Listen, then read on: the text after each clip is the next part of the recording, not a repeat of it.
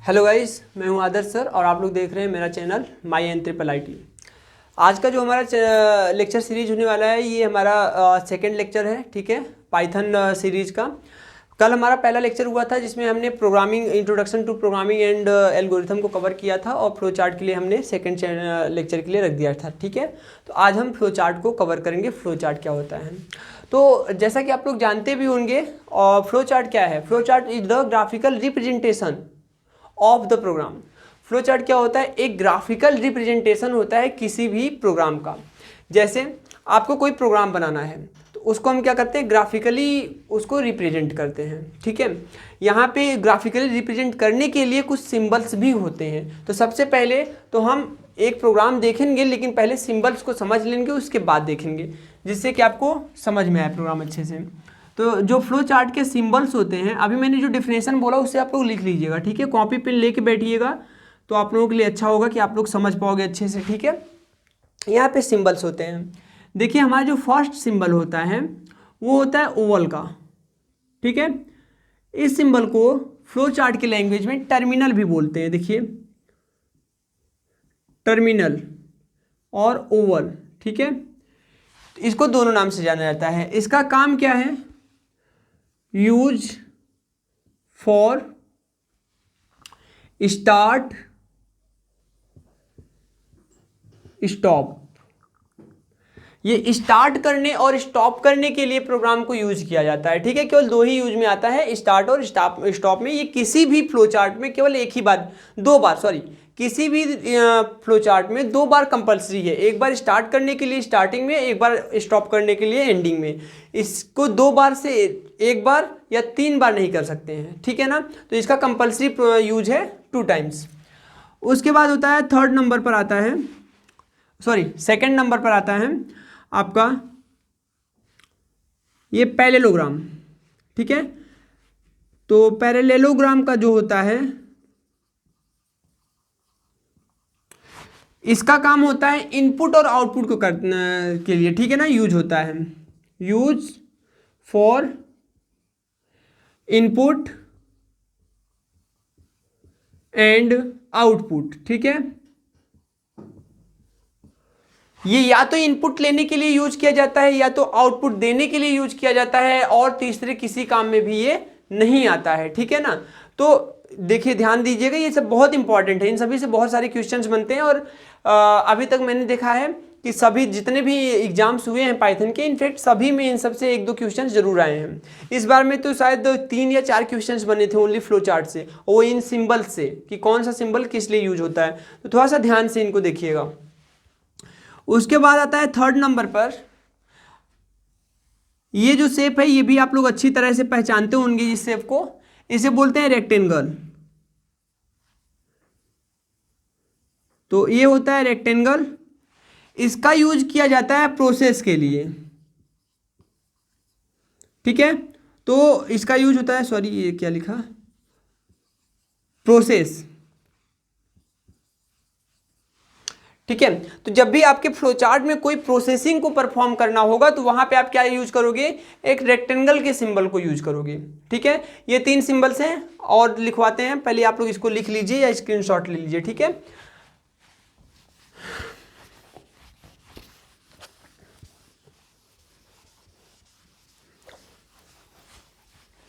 अब देखिए, हमारा जो फोर्थ सिंबल होता है क्या होता है?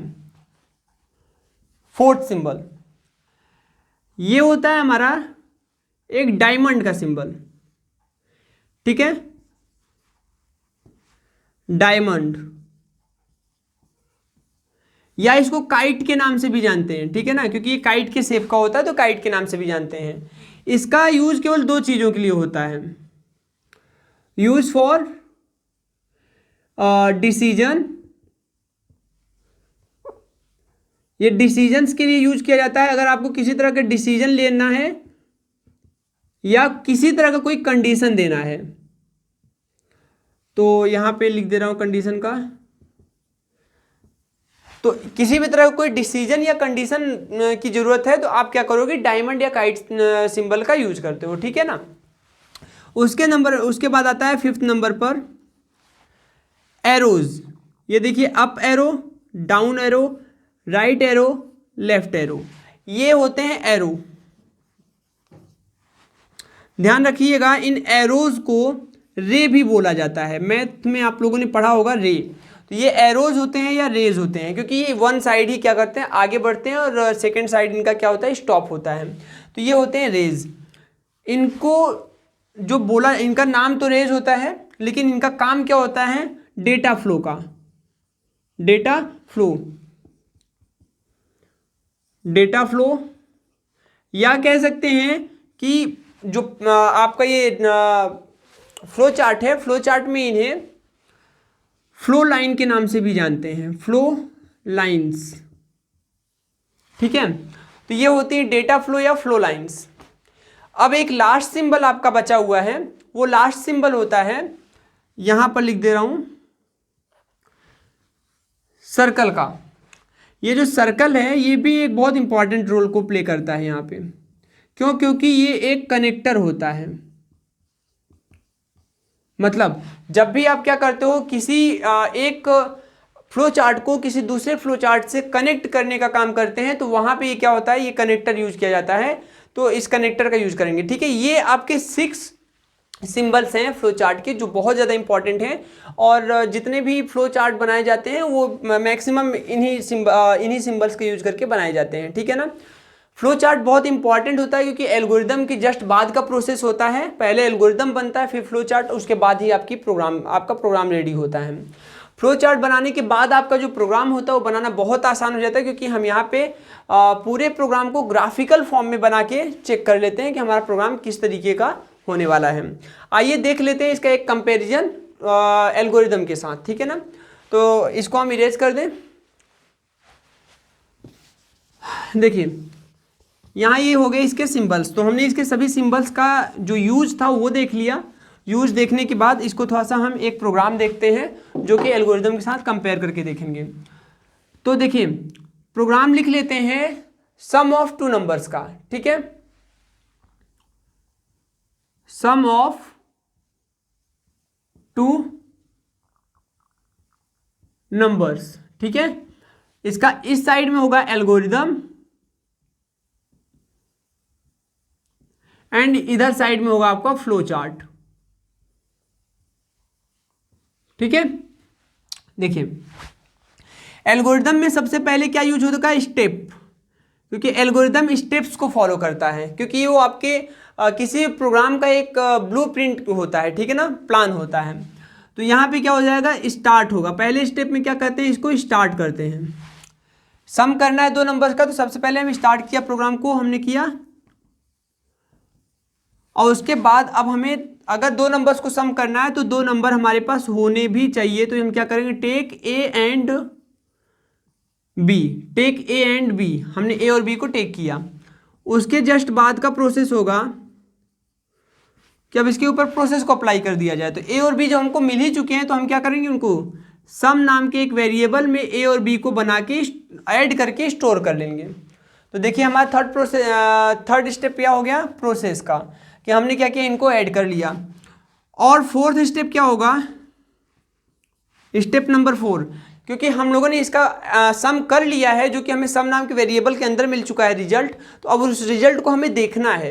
तो देखने के लिए हम क्या करेंगे, प्रिंट, रिजल्ट को किया प्रिंट। कौन सा रिजल्ट था, सम था, सम के अंदर आया था ना रिजल्ट।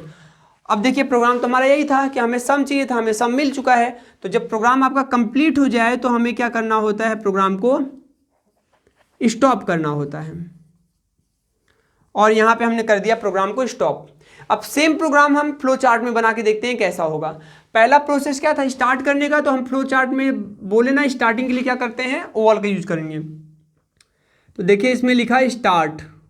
ठीक है, उसके बाद यहाँ पे देखिए फ्लो लाइन का यूज किया और नेक्स्ट सिंबल की तरफ डिनोट किया। नेक्स्ट हमें क्या करना है, टेक करना था इनपुट। तो इनपुट के लिए कौन सा डायग्राम था, याद होना चाहिए आप लोगों को, पैरेललोग्राम था। हमने लिया यहाँ पे पैरेललोग्राम को। पैरेललोग्राम में हमने किया टेक ए कॉमा बी।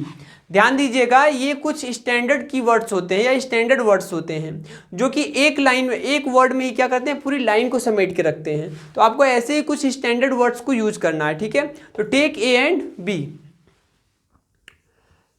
उसके बाद आप क्या करोगे, थर्ड में क्या है आपका, प्रोसेस करना था। तो प्रोसेस करने के लिए कौन सा सिंबल था, सिंबल था रेक्टेंगल का, गुड। यहाँ पे था रेक्टेंगल, यहाँ पे हमने लिखा sum equal to A plus B. A और बी को हमने सम कर दिया, ऐड कर लिया सम, ठीक है ना। प्रोसेस भी कंप्लीट हो गया। तो प्रोसेस के भी कंप्लीट हो जाने के बाद हम क्या करेंगे, अब नेक्स्ट हमें चाहिए इसका रिजल्ट। रिजल्ट तो आ चुका है लेकिन हमें देखना भी तो है रिजल्ट को। रिजल्ट तो आ गया, ए प्लस बी को ऐड किया, सम के अंदर प्रिंट कर दिया, लेकिन हमें ये रिजल्ट दिखाई भी देना चाहिए। तो इसके लिए हम क्या करेंगे, प्रिंट। हमने किया प्रिंट सम, सम को प्रिंट कर लिया। अब हमारा प्रोग्राम कंप्लीट हो चुका है, हमें दो नंबर्स का सम मिल चुका है। तो हम क्या करेंगे, प्रोग्राम को स्टॉप कर देंगे, ठीक है। ये अच्छे से बना लीजिएगा, ये हमने प्रोग्राम को क्या कर दिया, स्टॉप कर दिया। अब देखिए हमारा पूरे एक फ्लो चार्ट भी कंप्लीट हो चुका है। तो आप लोग देख सकते हो एल्गोरिदम और फ्लो चार्ट में क्या डिफरेंसेस हैं। यहाँ स्टेप बाय स्टेप आपका डिक्लेरेशन प्रोसेस होता है, ठीक ना। यहाँ पे डिक्लेरेशन दिया जाता है, यहाँ पे आपका पूरा का पूरा ग्राफिकल फॉर्म में लिखा गया होता है, जो कि आपके समझने के लिए काफ़ी ज़्यादा ईजी होता है अगर आप प्रोग्राम बनाने बैठते हैं तो, ठीक है। आई होप आप लोगों को ये चीज़ अच्छे से क्लियर हुआ होगा, समझ में आया होगा। कोई डाउट होगी तो आप लोग कमेंट कर सकते हो, कमेंट करोगे तो मैं वहाँ पे इसका रिप्लाई करूँगा, ठीक है ना। मैं इसे इरेज करता हूँ।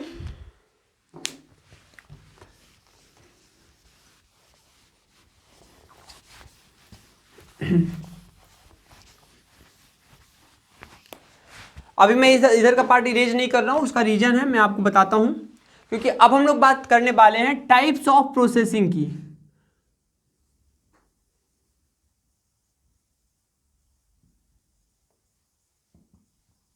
ठीक है, प्रोसेसिंग। यहां पे जो प्रोसेसिंग होती है वो प्रोसेसिंग भी कितने तरीके से होती है, 3 तरीके से होती है। तो टाइप्स ऑफ प्रोसेसिंग, तो फर्स्ट प्रोसेसिंग का जो टाइप होता है वो क्या होता है, सीक्वेंशियल प्रोसेसिंग होती है। सीक्वेंशियल प्रोसेसिंग, ठीक है। और सीक्वेंशियल प्रोसेसिंग का सबसे अच्छा एग्जांपल ये वाला है जो मैंने यहाँ पे लिख के दिया है, सम ऑफ 2 नंबर्स का एग्जांपल। इसीलिए मैंने इसको इरेज नहीं किया था। क्यों, क्योंकि यहाँ पर सीक्वेंस वाइज क्या कर रहे हो आप लोग, एक कोडिंग लिख रहे हो, एक प्रोग्राम लिख रहे हो, कैसे लिख रहे हो, सीक्वेंस में लिख रहे हो, इसलिए ये होता है सीक्वेंशियल प्रोसेसिंग। उसके बाद आता है सेकेंड नंबर पे। तो सेकेंड नंबर का बताने के लिए हमको इसे इरेज करना पड़ेगा। लिखना चाहे तो आप लोग इसको लिख लीजिए, ठीक है। हम इसको इरेज करते हैं।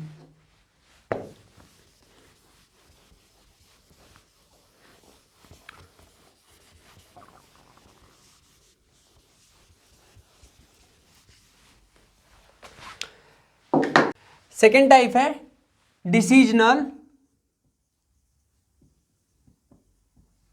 डिसीजनल या कंडीशनल। डिसीजन या कंडीशनल प्रोसेसिंग।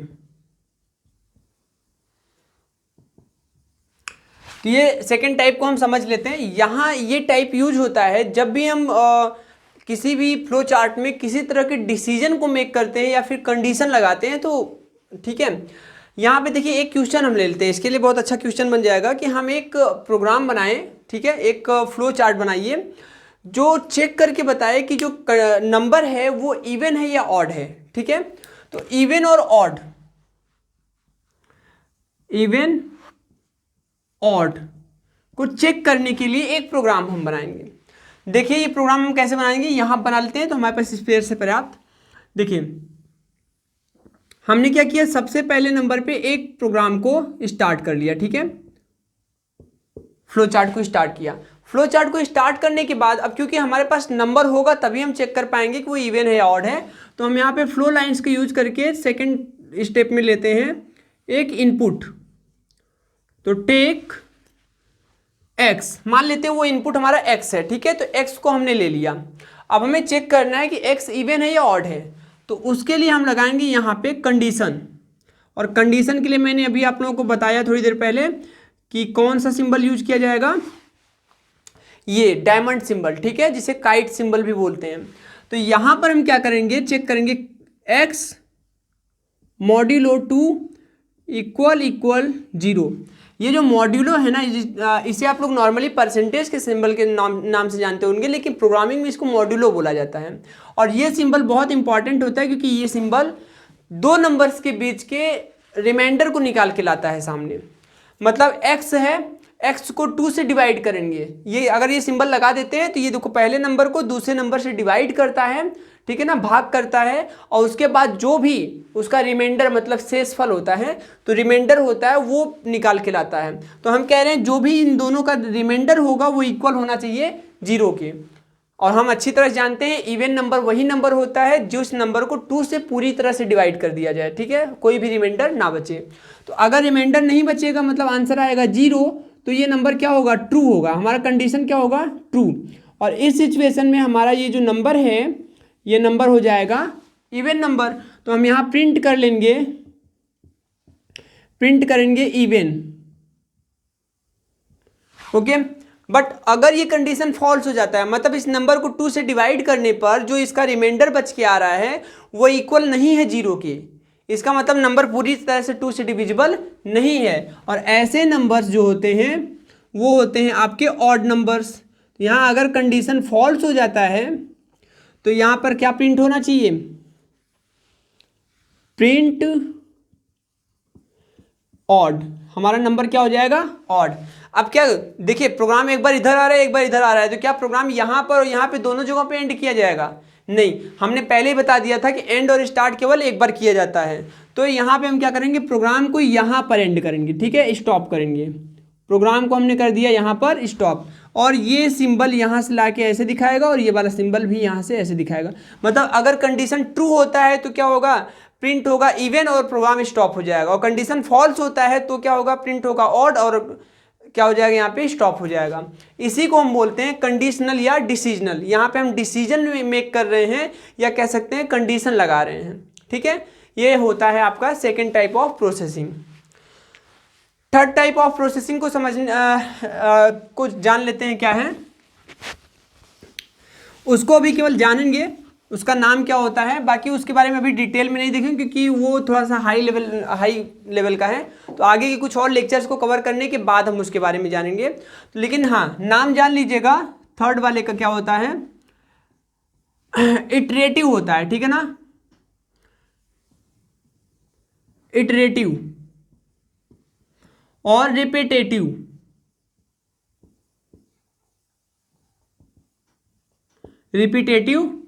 ठीक है, प्रोसेसिंग ध्यान रखिएगा, इटरेटिव या रिपीटेटिव प्रोसेसिंग होता है, ये पी है, ठीक है। तो ये प्रोसेसिंग काम क्या करता है ये मैं बता दे रहा हूं। जैसे आपको कोई ऐसा फ्लो चार्ट या कोई ऐसा प्रोग्राम बनाना है जिसमें आप किसी एक ही स्टेटमेंट को बार बार रन कराना चाहते हैं, मतलब एक ही वर्क जो है वो आप कॉन्टिन्यूअसली परफॉर्म कराना चाहते हैं, तो वहां पे क्या होता है, रिपीटेटिव प्रोसेसिंग होता है, मतलब एक ही प्रोसेस को बार बार रिपीट करने का प्रोसेसिंग होता है, ठीक है। इसी को इटरेटिव भी बोलते हैं या इसी को लूपिंग भी बोलते हैं, ध्यान रखिएगा, इसी को लूपिंग भी बोलते हैं, लूपिंग प्रोसेसिंग।